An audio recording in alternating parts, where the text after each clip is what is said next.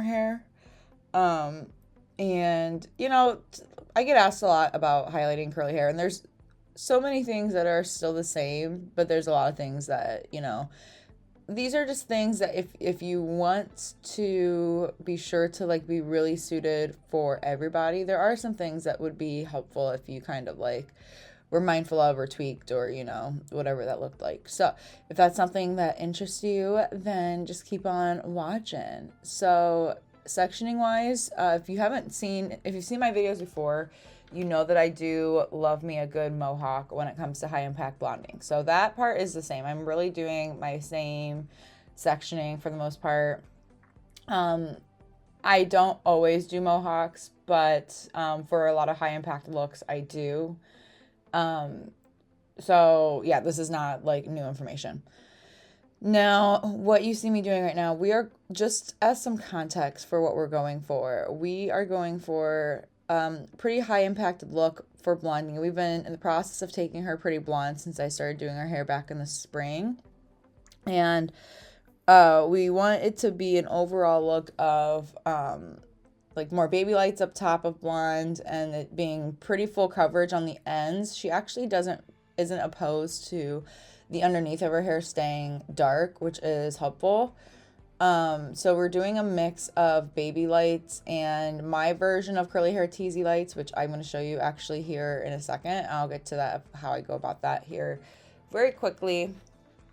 But just so you guys know, so we're trying to get all the blonding in.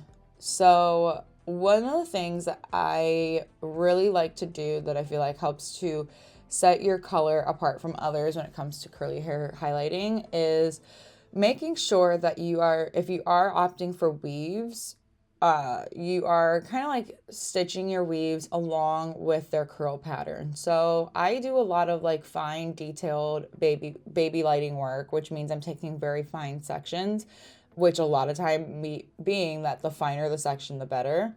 And it's not the case with curly hair, which can kind of feel so wrong when you're so used to taking such fine sections of baby lighting. So, you know, just prepare yourself. But what I like to do is see how, like, as I'm, you know, consulting with them, getting into their hair, I like to see how their curls want to like naturally form on their own, and I kind of pick my stitches from there. So Aaliyah, my client here, has a little bit more of a tighter curl pattern.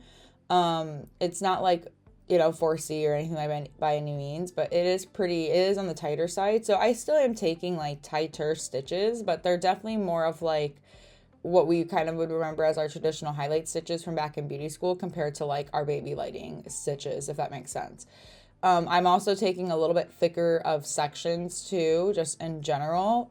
And the reason why you do this is because, you know, a lot of times with us curly hair girls, you know, when you're getting your hair done, you kind of want your curls to pop more. And so when you're getting your hair kind of colored and sectioned out, that goes along with the curl pattern. Sorry, my alarm just went off. When you're getting hair colored along the curl pattern, it helps it look the most organic. It helps it grow out the best, and it just makes it look more like you. And you're typically more likely to get what it is that you're going after, which is again like a more popped appearance. If I were to have like gone in with like really fine baby lights, that would have been a lot on her hair, but B, too, like a lot of the highlights would have just ended up getting too lost into her hair, and not given that pop of what she's looking for. And again, I am used to like a lot of detail work blonding, so I can only imagine, you know, again, like you'd be like, that just feels kind of wrong, blah, blah, blah. But we got to remember she's wearing her hair differently than, you know, an average person. But I actually, spoiler alert, end up blowing out her hair for this. And I'm glad I did, because I'll be able to show you guys how it just naturally looks on its own when it is blown out, and it still looks beautiful. So don't be too stressed about it. So that's what you see me doing with the weaves, is a little bit thicker of stitches, and you now know why. And then every few sections, because we're really trying to get some blonde coverage in there, I am going in and tipping out her dropouts. But if you look closely, you actually see that I'm not teasing them. And I'm just doing a lot of feathering work. And the reason why is because again, with her hair texture, her hair, as long as you are feathering and feathering and doing like more of painting work, I don't feel like a tease is actually really necessary, whether she's wearing her hair curly or not. Even when she is wearing it straight, just because again, with how her natural texture is, it's not as fine and it's not as hard. Like, you know, when you're doing someone with fine straight hair, with how their hair takes color and stuff, it can take it a little bit more harsher. Hers, with it just having more of a texture, natural texture to it, again, whether worn natural or straight, it's going to naturally blend a little bit more on its own without you having to do a lot of extra work. But then the other reason too why I try to avoid teasing with curly hair, especially curly hair with a little bit of a tighter pattern, is because the teasing can be like a lot of stress on it. Curly hair already just, I mean, like, is naturally a bunch of knots basically. So I don't really like to intentionally put more knots in. As you see me moving in with her hair, you actually might see me in some spots kind of like having to take my time a little bit more to like pulling the hair apart a little bit more. And, you know, she came in with her hair ready and prepped. And I actually, too, another sidebar tip, this is a little bit more of a looser pattern for her, because what I did was, what I like to do with my curly hair girls, I don't make them come in with the hair stretched out, but I stretch their hair out with my blow dryer, and I have like the little comb diffuser, or comb attachment, sorry. And I like to stretch the hair out because that does help me kind of like get through it a little bit easier. And just get through it a little bit faster. And it helps to take out, it pushes away, because, you know, when you have like curly hair that's kind of got a little bit more of a tight curl towards the root, and kind of like add in some tangliness towards the root. And since I'm just getting in the hair and like messing with it a lot, the last thing I want to do is like me constantly going into the hair is again creating more knots and stress, you know, because the hair is just going to naturally do that anyway. So I've learned that stretching the curl out already on its own kind of helps to eliminate that. Even if you don't have the comb attachment, if you just went in with like your blow dryer with a concentrator and like a detangling brush or something like that, that would do the job just fine. And so anyway, yeah, I also just highly recommend just make the experience as comfortable as possible for the client and as gentle on their hair as possible, to do what you can to not cause any more unnecessary tangles. But understand that as you work through the hair, you know, again, she's got curly hair, so it's not going to, your hands are not going to glide through it as easily as someone with finer straight hair that like doesn't tangle at all, or not nearly as like easily. So just keep that in mind. As you guys just saw, I just finished up the money piece. I do the money piece actually pretty similar to how I do the money pieces with someone with like, again, more straight hair. I don't really feel like I do anything different than that. The only thing different is, again, when I do start to do my transitional pieces that start to incorporate weaves, I do them just a little bit more of a looser stitch than a really tight, fine one, but that's about it. And now what you see me doing is just working my way to meeting up with the foils that I just previously did. And I went back to just my regular stitches of weaves. The only thing I was also doing differently is I'm not leaving, if you can see, compared to what I was doing in the back of the head at the mohawk, I'm just not leaving as much of a subsection out up here than I did in the front. What we are having to do, we do have to do a little bit of overlapping, which is why we're doing some dropout tipping. And if you see her ends just kind of like darkened up a little bit over time, which I feel like seems to happen when you're kind of in the process of doing like some blonding sessions. But if you see what I'm doing, just to again keep this as like of a safe process as possible for her, on the very ends of her hair, I am like avoiding actually saturating the hair with lightener. I'm just keeping the ends in the foil, so it will kind of naturally saturate on its own, but it's not uber saturated. It's more so really saturated in like that mid shaft area where it is going to be a little bit more tougher to like naturally lift. I thought about keeping the hair out of the foil, but just because it's more of like a level 8 pushing, like a dark level 8 pushing a level 7, I felt like I knew, because we're going for a pretty bright blonde, so I wanted to be able to like really get to that. But like I am saying, I just didn't want to over push her hair though too. Because that's another thing that I want to talk about as well, is like don't assume that just because someone has curly hair and their hair is, obviously darker, that their hair is going to be tough to lift, because a lot of times it's actually not.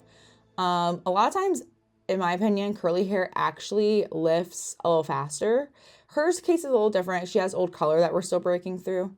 But especially someone with natural hair and that hasn't been colored or has just gotten highlights or whatever, I feel like those with curly hair, their hair actually lifts faster for a couple reasons.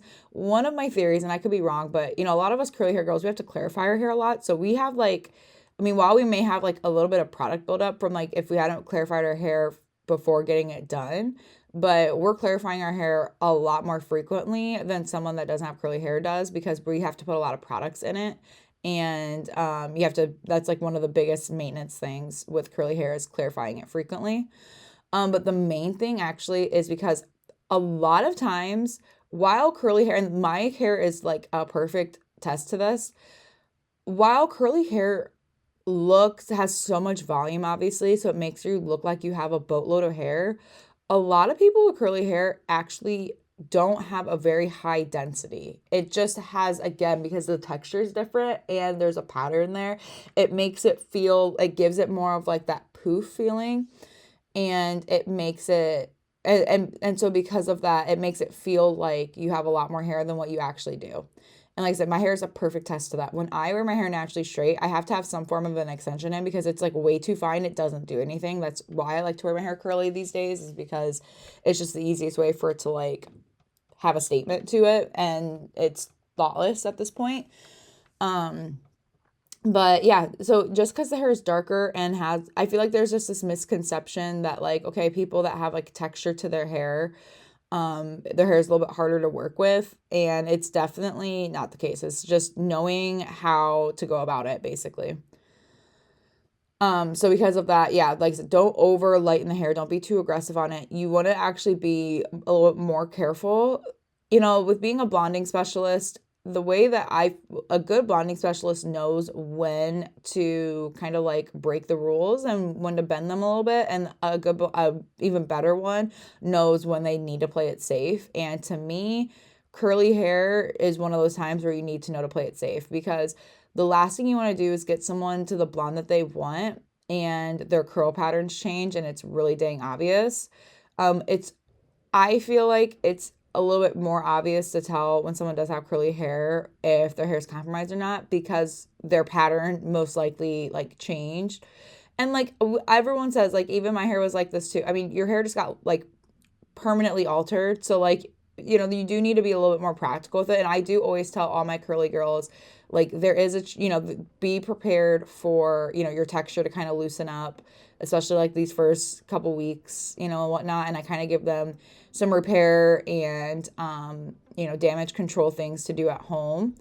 But the last thing you want them to do is it's something where like their hair's basically like all loosened up now at this point, and it's like there's like a completely different pattern, or the curls are all gone or whatever, because that is a quick surefire way to see like compromised hair, is if your curl pattern is different. Now, something that I just advise to people in general, whether they have curly hair or not, is after their hair gets colored, especially lightened, we have to be better about educating our clients that like, hey, your texture just got permanently altered,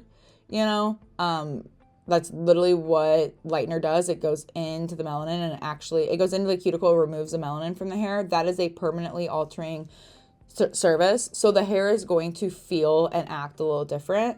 Doesn't mean that your hair is damaged by any means, but it just means that it is, again, in a different state than what it was when it hadn't been chemically altered. That is completely normal, expected. That's why there's color safe things. That's why there's things for color treated hair. That's why there's products for blondes, because again, the hair has been through a different chemical process than what it naturally would have been through.